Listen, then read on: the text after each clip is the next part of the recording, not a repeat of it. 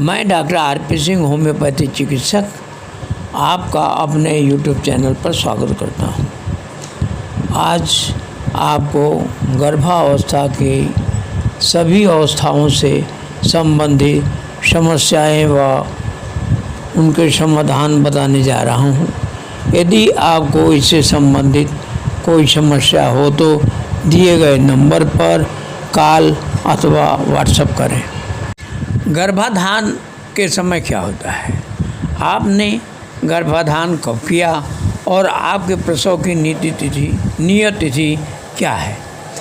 गर्भधारण किस समय हुआ यह बता पाना मुश्किल हो सकता है। बहुत सी महिलाओं को यह पता नहीं होता कि अंतिम बार उन्होंने डिम्बोत्सर्जन कब किया था। इसलिए यह पता लगा पाना कठिन हो सकता है कि शुक्राणु ने डिम्ब को कब निषेचित किया। यह जानकारी होना कि आपका शरीर डिम्बोत्सर्जन और खुद को गर्भावस्था के लिए कब तैयार करता है, आपको अपनी प्रसव की नियत तिथि को समझने में मददगार साबित हो सकता है। यह आपको अजीब लग सकता है, मगर आपकी गर्भावस्था का पहला आधिकारिक हफ्ता वास्तव में वह होता है जब आपकी अंतिम माहवारी शुरू हुई थी। यही वह तिथि होती है जहां से डॉक्टर आपके अगले 9 महीने की शुरुआत मानते हैं। आपकी माहवारी के बाद के सप्ताह में एस्ट्रोजन हार्मोन आपके गर्भाशय को प्रचुर खून से युक्त ऊतकों की परत बनाने के लिए प्रेरित करता है। आपके प्रोजेस्टेरोन हार्मोन का स्तर बढ़ता है और आपके डिम्ब फॉलिकल नामक तरल से भरी थैलियों में परिपक्व होने लगते हैं। 28 दिन के माहवारी चक्र के करीब 14वें दिन आपका एक डिम्ब अंडाशय से बाहर निकलता है और सीलिया नामक छोटी उंगली जैसी संरचना के जरिए बहकर नीचे आपकी डिम्बवाही नलिका में आ जाता है। इस प्रक्रिया को डिम्बोत्सर्जन कहा जाता है। अगले 12 से 24 घंटों में डिम्ब एकल शुक्राणु द्वारा निषेचित होने का इंतजार करता है। वीर्यपात में 20 करोड़ से 60 करोड़ के बीच शुक्राणु हो सकते हैं। इस भारी संख्या के बावजूद केवल 200 शुक्राणु हुई इतने सक्रिय होंगे जो कि डिम्बवाहिनी नलिका तक पहुंचने का लंबा सफ़र तय कर सकें। शुक्राणु के सफ़र को सफल बनाने के लिए आपका शरीर काफ़ी मेहनत करता है। जब आप डिम्बोत्सर्जन करती हैं तो ग्रीवा में स्लेम सामान्य से पतला होता है। इससे शुक्राणु को योनि और गर्भाशय के जरिए होते हुए डिम्बवाही नलिका तक पहुंचने में मदद मिलती है। गर्भधारण तब होता है जब शुक्राणु इंतजार कर रहे डिम्ब का भेदन कर दें। शुक्राणु ऐसे एंजाइम जारी करता है जो कि डिम्ब का आवरण करने वाली सुरक्षात्मक कोशिकाओं को तोड़ने में मदद करता है। जैसे ही शुक्राणु भीतर प्रवेश करता है, डिम्ब तुरंत अपनी बाहरी झिल्लियों को बंद कर लेता है ताकि फैलोपियन ट्यूब तक पहुँचे अन्य शुक्राणु अंदर प्रवेश न कर पाएँ। बधाई हो, हालांकि आपने अभी केवल गर्भ धारण किया है, मगर आधिकारिक तौर पर आप 2 सप्ताह के गर्भवती हैं और आपके निषेचित डिम्ब को युग्मज कहा जाएगा। जैसे ही जाइगोट डिम्बवाही नलिका से बहकर नीचे आता है, यह स्वरूप यानी एक जैसी कोशिकाओं में विभाजित होना शुरू हो जाता है। यह खुद को गर्भाशय की मोटी परत से जोड़ लेता है, जहां यह बढ़ना और विकसित होना जारी रखता है। आपको शायद अभी कुछ हफ्तों तक अपने गर्भवती होने का पता नहीं होगा। हालांकि कुछ महिलाएं यह कहती हैं कि उन्हें यह जानकारी होती है कि उन्होंने गर्भधारण कब किया। डॉक्टर आपकी अंतिम माहवारी के पहले दिन से गणना करके शिशु की अनुमानित जन्मतिथि के बारे में बताएगी। दुर्भाग्यवश गर्भावस्था की शुरुआत में गर्भपात होना काफ़ी आम है और सभी जाइगोट शिशु नहीं बनते, मगर यदि आपकी गर्भावस्था अगले 9 महीनों तक अच्छी तरह बढ़ना जारी रखती है तो यह छोटा सा जाइगोट बढ़ेगा और कोशिकाओं के गोलाकार गुच्छे से आपके शिशु के रूप में विकसित होगा। हालांकि आप गर्भावस्था के बहुत ही शुरुआती चरण में हैं, मगर हो सकता है अगले 1 या 2 हफ्ते में आपको गर्भावस्था के कुछ विशिष्ट लक्षण महसूस होने लगे। उदाहरण के लिए गर्भावस्था आपके स्तनों में रक्त की आपूर्ति को बढ़ा देती है, जिसकी वजह से आपको स्तन में चुभन व सिहरन सी महसूस हो सकती है। आपके निप्पल विशेष तौर पर संवेदनशील हो सकते हैं। आपके गर्भवती होने का एक और शुरुआती संकेत आपके योनिमुख की रंगत में बदलाव आना है। आमतौर पर आपका योनिमुख और योनि हल्की गुलाबी रंग की होती है, मगर गर्भावस्था की वजह से इनका रंग गहरा हो जाता है।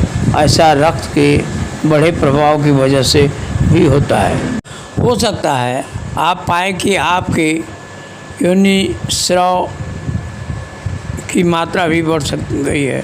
यह स्राव आमतौर पर नुकसानदेह नहीं होता और यह गर्भावस्था से पहले के स्राव से ज़्यादा अलग भी नहीं दिखता। 2 सप्ताह की गर्भावस्था में कुछ हल्का रक्तस्राव या स्पॉटिंग होना भी आम है।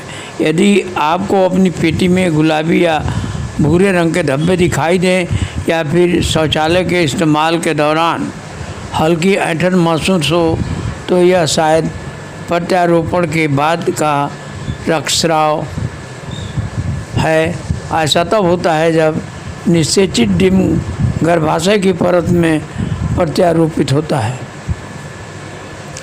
आपको गर्भावस्था की शुरुआत में ही कुछ योजनों के प्रति लालसा उत्पन्न हो सकती है, या फिर यह भी संभव है कि आपको अपने पसंदीदा भोजन या पेय अब अचानक अरुचिकर लगने लगे।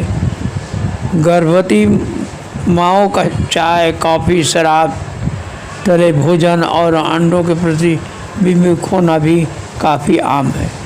गर्भावस्था के हार्मोनों का भी शायद आप पर असर हो रहे हो, इसलिए यदि आप थकी हुई और रुआसी महसूस करें तो हैरान न हो। दिन के समय आप शक्तिहीन महसूस कर सकती हैं और जागे रहना भी आपको चुनौती लग सकता है।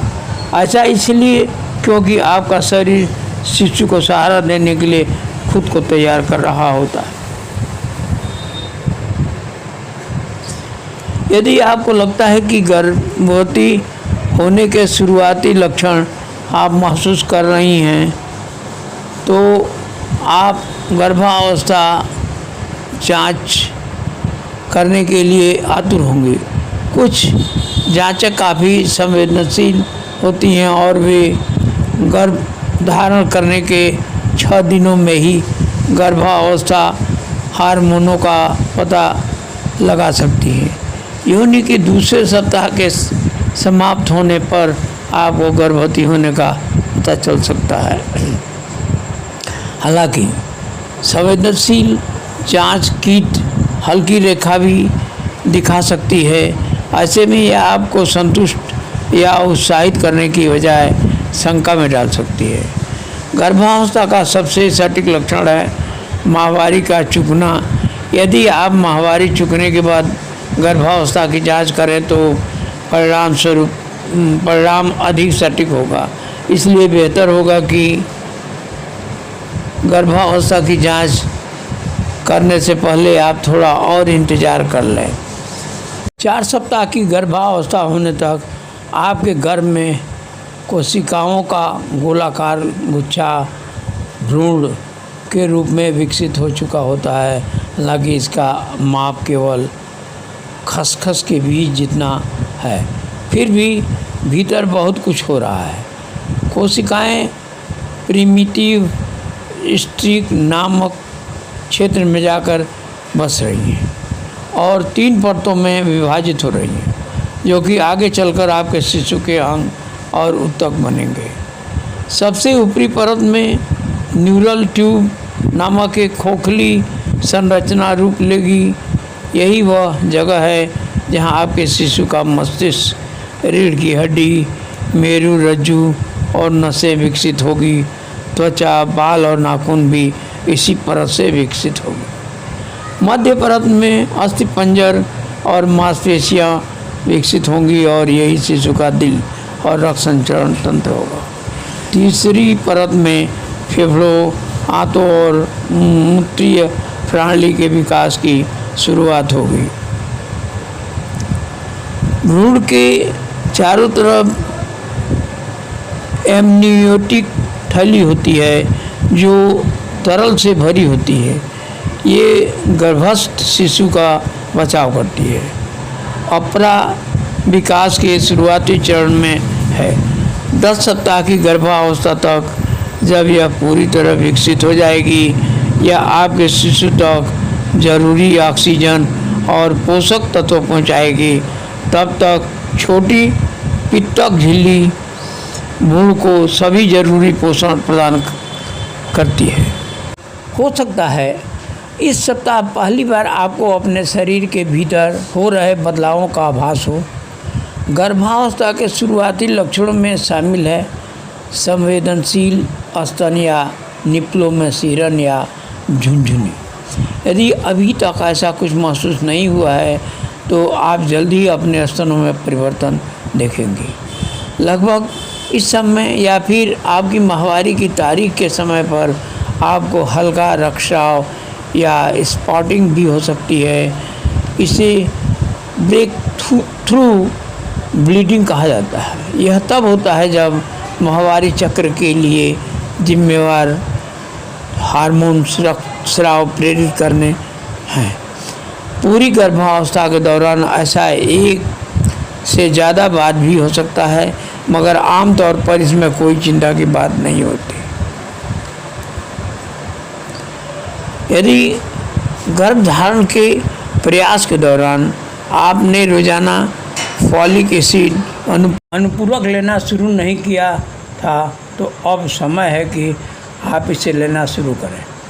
फॉलिक एसिड आपके शिशु को न्यूरल ट्यूब दोषों जैसे कि स्पाइना बिफिडा से बचाता है। आपको 12 सप्ताह की गर्भावस्था तक प्रतिदिन 5 मिलीग्राम फॉलिक एसिड के सेवन की सलाह दी जाती है। अगर आपकी जांचों में विटामिन डी की कमी का पता चले तो डॉक्टर को उचित अनुपूरक लेने की सलाह देगी। अब मैं आपको 5 सप्ताह की गर्भावस्था में भ्रूण विकास के बारे में बताने जा रहा हूँ। आपके शिशु का माप करीब तिल के एक बीज के समान है। इस समय तक वह इंसान कम मेढा का डिम्किट ज़्यादा लगता है। अभी इस चरण पर आप शायद गर्भवती न लगें, मगर आपके गर्भाशय के भीतर बड़े परिवर्तन हो रहे हैं। न्यूरल ट्यूब जो आपके शिशु के मस्तिष्क को उसके मेरुदंड से जोड़ेगी वह अब बन चुकी है। जल्द ही शिशु तेज़ी से विकसित होना शुरू करेगा। आपके शिशु का छोटा सा दिल वह पहला अंग होता है जो विकसित होकर काम करने लगता है। हालांकि पूर्ण विकसित हृदय में जहाँ 4 चैम्बर होते हैं वहीं इसमें अभी केवल एक ही चैम्बर है। फिर भी यह 100 धड़कन प्रति मिनट की दर से धड़क रहा होता है। आंतरिक विकास के साथ साथ शिशु के शरीर में बाहर भी विकास दिखाई देने लगते हैं। शिशु की बाजुओं के रूप में विकसित होने वाले अंकुर या उभार अब उत्पन्न होने लगे हैं। खुली जगह जो कि आगे चलकर शिशु का मुख बनेगा, उसके नीचे छोटी सिलवटें बन चुकी होती हैं। यहाँ अंततः शिशु की गर्दन और निचला जबड़ा विकसित होगा। आपका शरीर अपने भीतर एक नई जिंदगी को विकसित करने के लिए कड़ी मेहनत कर रहा है, इसलिए इस चरण पर आपको थकान होना स्वाभाविक है। यदि दिन के अंत में आपकी कुछ और काम करने की हिम्मत न बचे और आप केवल बिस्तर पर आराम करना चाहें, तो ऐसा महसूस करने वाली आप अकेली नहीं हैं।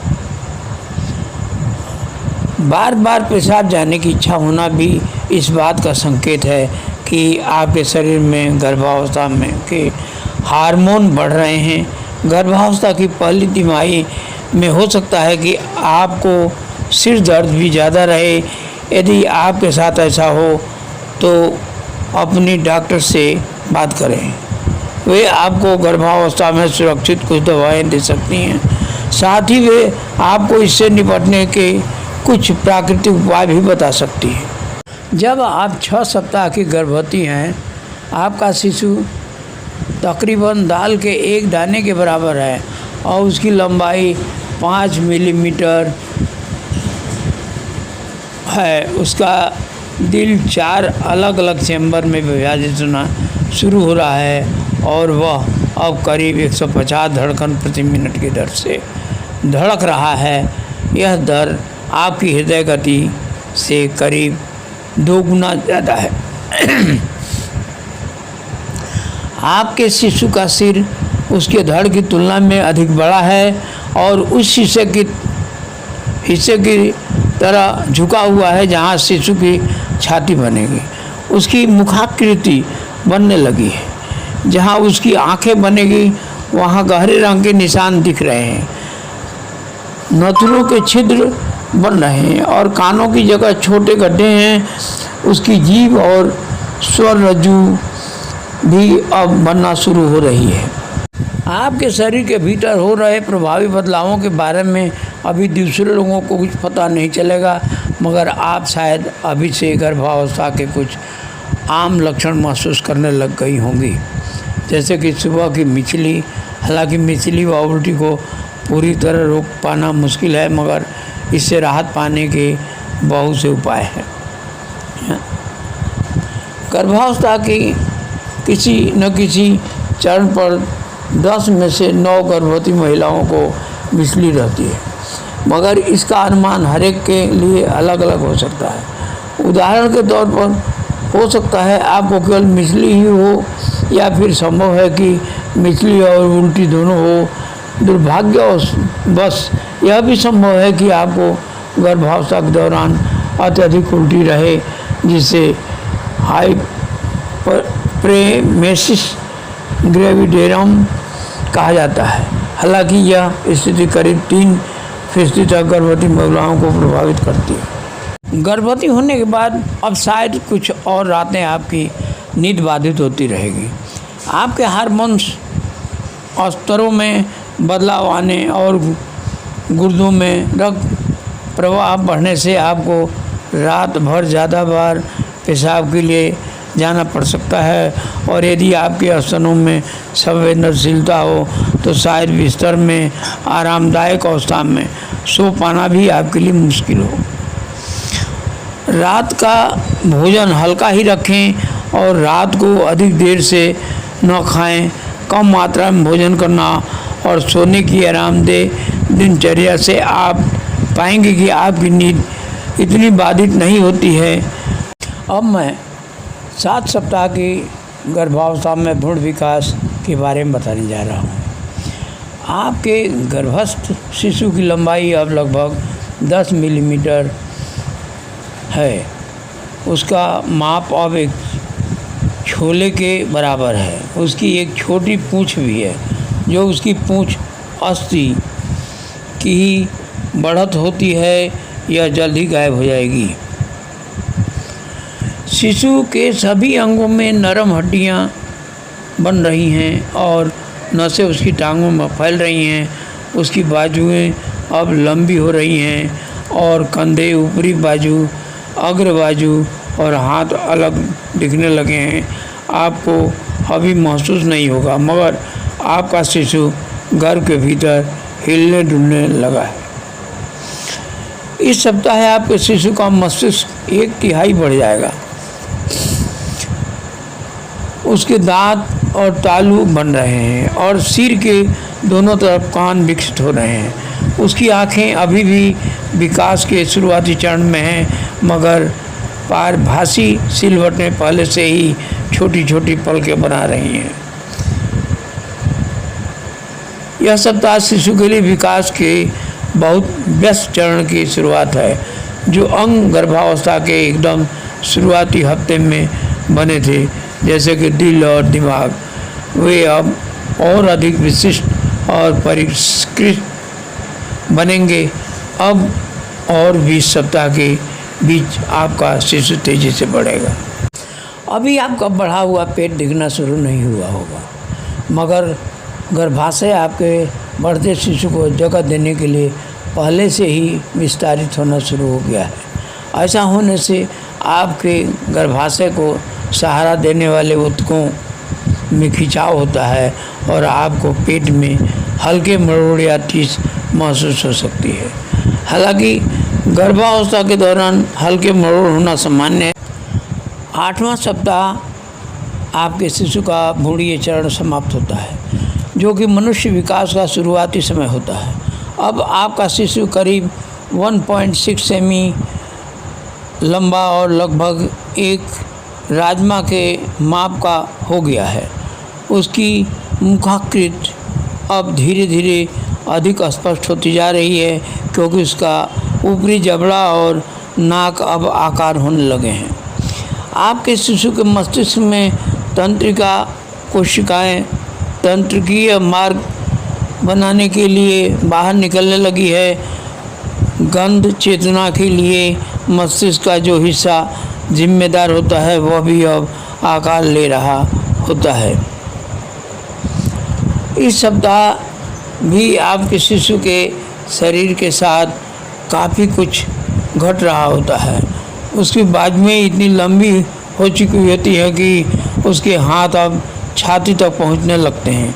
उसकी टांगें भी अब लंबी हो रही होती है। हालांकि उसके टखने, जांघें, घुटनों और पैरों की उंगलियां अभी इतनी स्पष्ट नहीं होती हैं। उसकी भ्रूणीय पूंछ लगभग गायब हो चुकी होती है और यह जिस जगह थी वह स्थान शिशु की पूंछ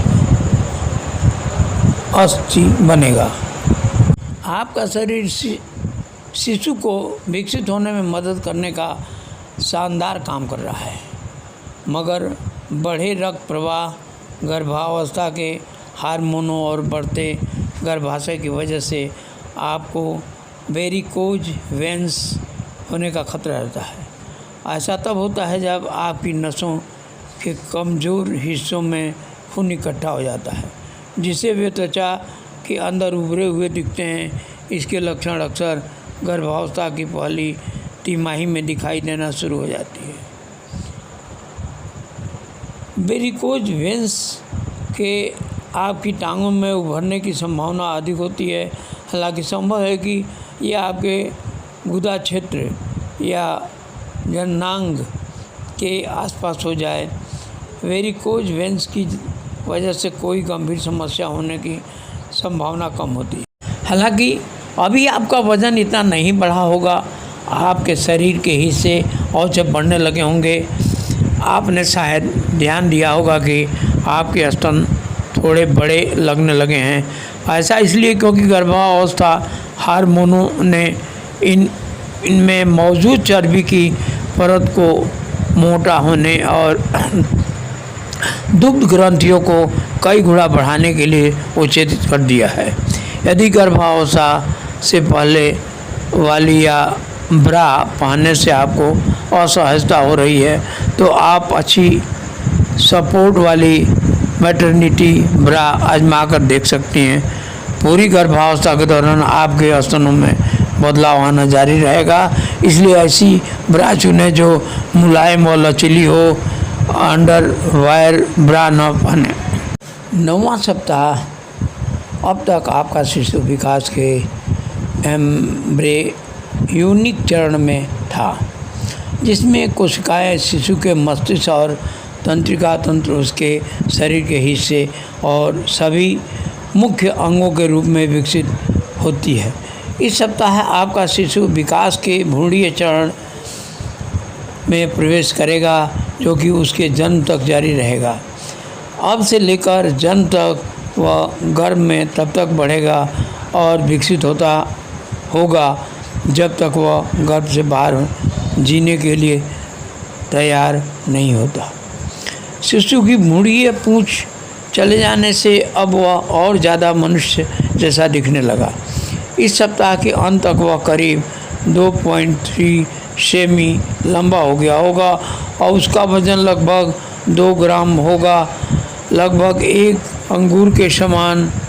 आपके शिशु की छोटी छोटी कर्णपाली अब अधिक स्पष्ट दिखने लगी।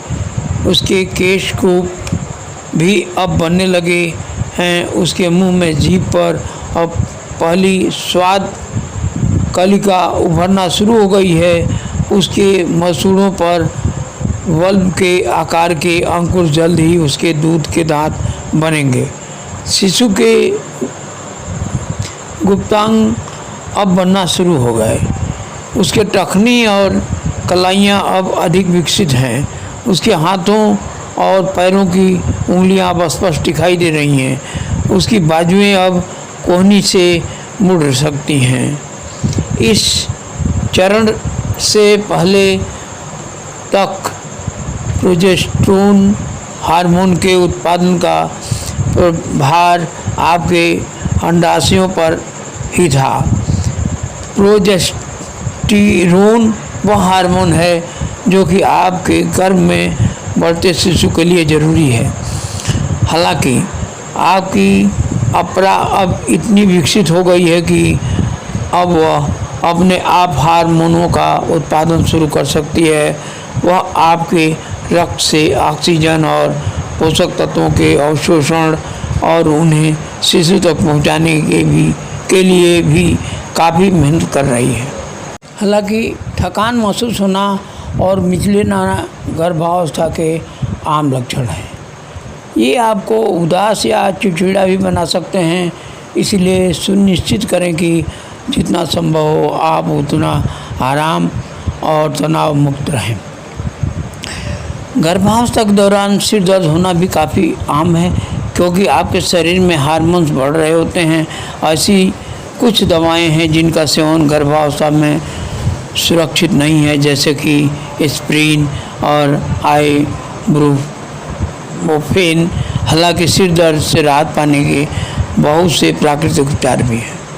सक्रिय रहना और रोज़मर्रा के कामकाज करते रहने से स्वस्थ गर्भावस्था में मदद मिलती है, मगर यह महत्वपूर्ण है कि आप ऐसे व्यायाम चुनें जो कि आपके और आपके गर्भस्थ शिशु के लिए सुरक्षित हो। कम प्रबलता वाले व्यायाम जैसे कि योग या तैराकी आदि सही रहते हैं। हर रोज़ करीब 30 मिनट व्यायाम करने का लक्ष्य रखें और बहुत ज़्यादा व्यायाम भी न करें। यदि आप अधिक गर्मी या थकान महसूस करें तो व्यायाम बंद कर दें।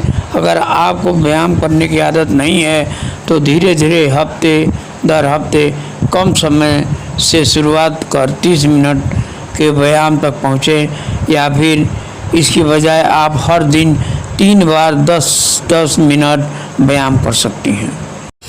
1 सप्ताह से 9 सप्ताह तक सर में दर्द होती हो तो उसके लिए आप होम्योपैथी की दवा एकोनाइट 30 4-4 बूंद दिन में 3 बार लें। यदि आपको उल्टी या मिचली हो रही हो तो दवा इपिकाकुआना 200 4-4 बूंद दिन में 3 बार लें। 10 सप्ताह से 40 सप्ताह तक का सेकंड पार्ट में देखें। धन्यवाद।